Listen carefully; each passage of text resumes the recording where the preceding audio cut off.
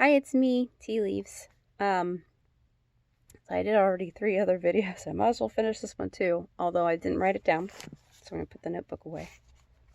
There we go. So anxiety. As I said in the one video, it's actually, the base of it is energy. Anxiety and excitement. They work hand in hand. They're counterparts, opposites to each other. And they both use that energy. The brain uses them. Brain uses the energy. However you want to say that, I don't know. You can say it either way. Anyway, the point is the brain uses it to amp things up, whenever, for whatever reason that it needs. So, along with other reasons for anxiety, one of those reasons is because it's searching. The brain, the functional side, needs, again, I cannot stress this enough, needs, not wants, needs things to make sense.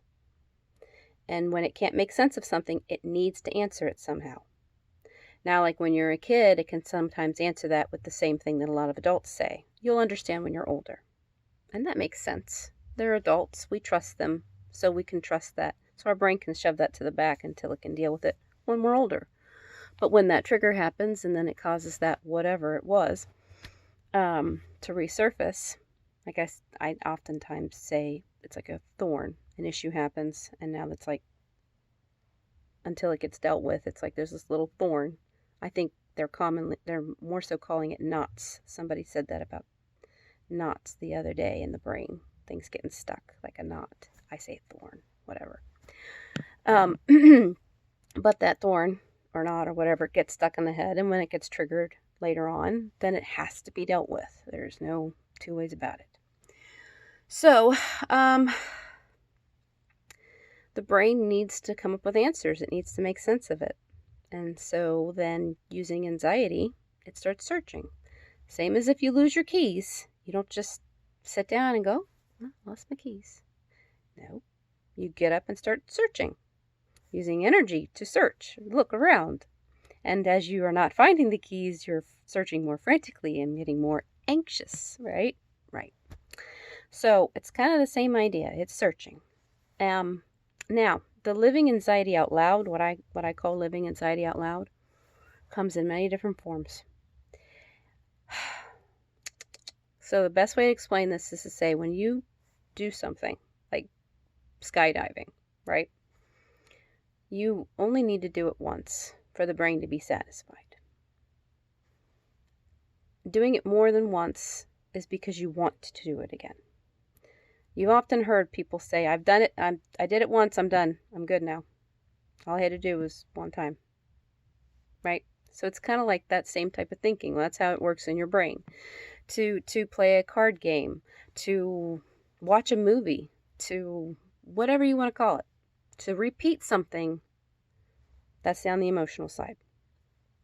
It's because you liked it. It made sense to you, so that's functional. And then you liked it, so that's the emotional, right? It's fun, whatever you want to call it. Now, so when it comes to doing something more than once, as I said, there has to be a reason for it that makes sense. Exercising, reading, watching the same movie you've seen before. I'm drawing a blank on activities now. Sorry. But the idea is that, any of those things, there's a reason for doing them again. And there's nothing wrong with that, by the way. Everybody enjoys reading a book sometimes more than once. It happens, right? So the issue of living anxiety out loud is when somebody is doing something like excessively. They're not just exercising, they're exercising excessively. Or like insomniacs, and they're watching the TV excessively. Or you don't have to be an insomniac, but, watching TV excessively. Reading excessively. Anything you can think of that's in an excessive nature that doesn't actually make sense to do so. When I say that, it's like one of the people I've been talking to, he exercises excessively. And I said, now, that would make sense if you were going for a competition of some sort. then it would make sense for why you're doing this extra exercising to the point where you're punishing yourself. So, no, it's not good that you're doing this, and it doesn't actually make sense.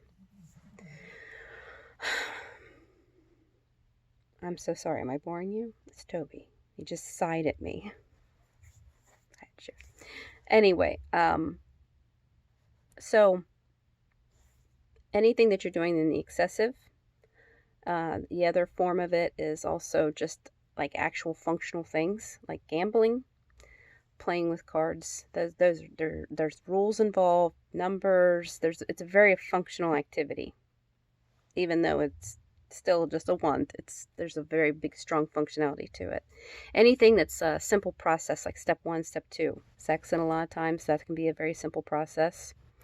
And if somebody is doing that excessively, that could also be a living anxiety out loud thing. Trying to think. I apologize. Like I said, I should have probably written it down to at least have some note to look at. But the idea is that that's living anxiety out loud.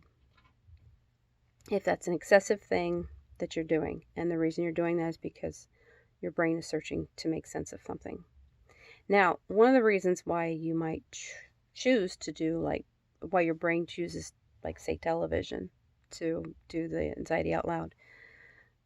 Well, you're watching TV, right?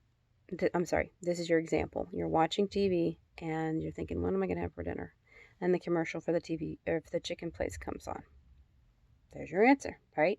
So at some point, your brain found an answer in the TV. Now, when the brain is trying to search for answers, it doesn't know necessarily always what question it's looking for, or what question it has that it's looking for an answer for. It just knows that it's searching for something. That's just sometimes how it works. Sometimes it knows, sometimes it doesn't. It's different for everybody. But if it found an answer in the television before, or it found some kind of an answer in a book, like how to treat an illness, then is it possible it might find an answer there again? So it repetitively will go back to it to see if it can find more answers. That's just one version of like what involving the anxiety as far as the living anxiety out loud. That's it for now. Bye.